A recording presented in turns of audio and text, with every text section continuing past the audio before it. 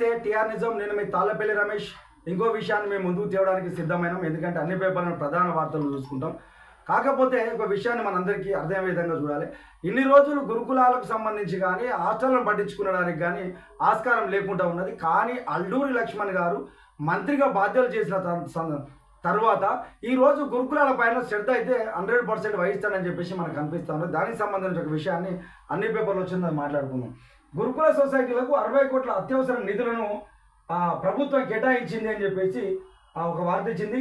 Green ఛాలెంజ్లో గురుకులాలను వసతి గృహాల బిల్లులు చెల్లింపు, విద్యార్థులు సిబ్బందికి ముఖ కీర్తింపుకు హాజరు, వైద్య కళాశాలలో గురుకులాలకు హాస్టళ్లకు అనుసంధానం చేసిండ్రు.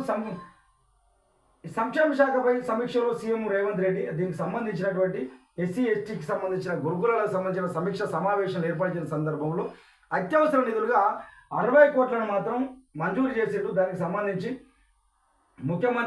ముఖ్యమంత్రికి అల్లూరి లక్ష్మణ్ గారు జ్ఞాపకం అందజేస్తా ఉన్నారు. ఏంటంటే రాష్ట్రంలోని గురుకులాల వసతి గృహాలకు ప్రతి నెల గ్రీన్ ఛాలెంజ్ నిధులు అందించేందుకు కార్యాచరణ సిద్ధం చేయాలని చెప్పేసి ముఖ్యమంత్రి రేవంత్ రెడ్డి అధికారులను ఆదేశించారు.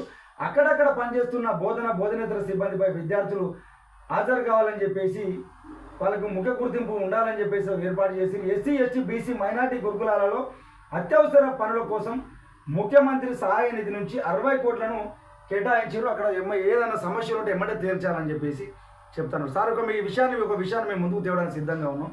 ఇప్పుడు గురుకులాలు ఉన్నాయి. గురుకులాలలో 100 మంది పిల్లలు ఉన్నారు. కానీ అక్కడ ఉన్నటువంటి వాతావరణం మాత్రం కరెక్ట్గా లేదు. ఒకడ చెట్లు ఉన్నాయి, ఒకడ నీళ్లు ఉంటాయి, ఒక అట్మాస్ఫియర్ అయితే బాగాలేదు. కొన్ని హాస్టళ్లలో అయితే కోతుల బెడద కూడా ఉన్నది. దీనిపైన కూడా మీరు అత్యవసరంగా దీనిపైన చర్యలు తీసుకోవాలని చెప్పేసి ఒకసారి టీఆర్ నిజం నుంచి మీకు గుర్తు చేస్తా ఉన్నాం. ఎందుకంటే మీరు వచ్చిన తర్వాత ఈ గురుకులాలలో మార్పులు తీసుకొచ్చిండ్రు.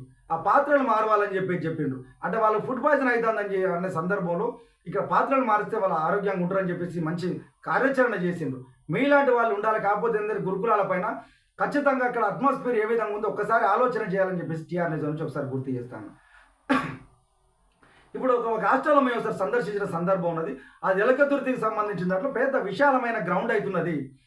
కానీ ఈ పోవడానికి మాత్రం చుట్టూ దానికి సీసీ వేసిర్రు. ఆ మధ్యలో మొత్తం నీళ్లు నిలుస్తూ ఉన్నాయి, చెట్లు చేమలతో నిండి ఉంటా ఉన్నది.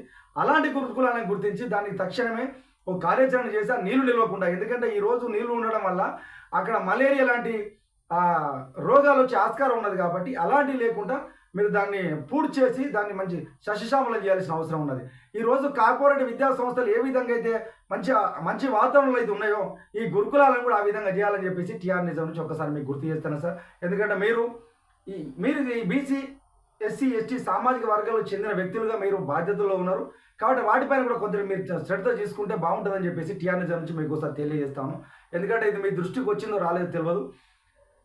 తల్లిదండ్రులు ఎక్కడో ఉంటారు, ఆ పిల్లలు అక్కడ ఆరోగ్యంగా ఉండాలి.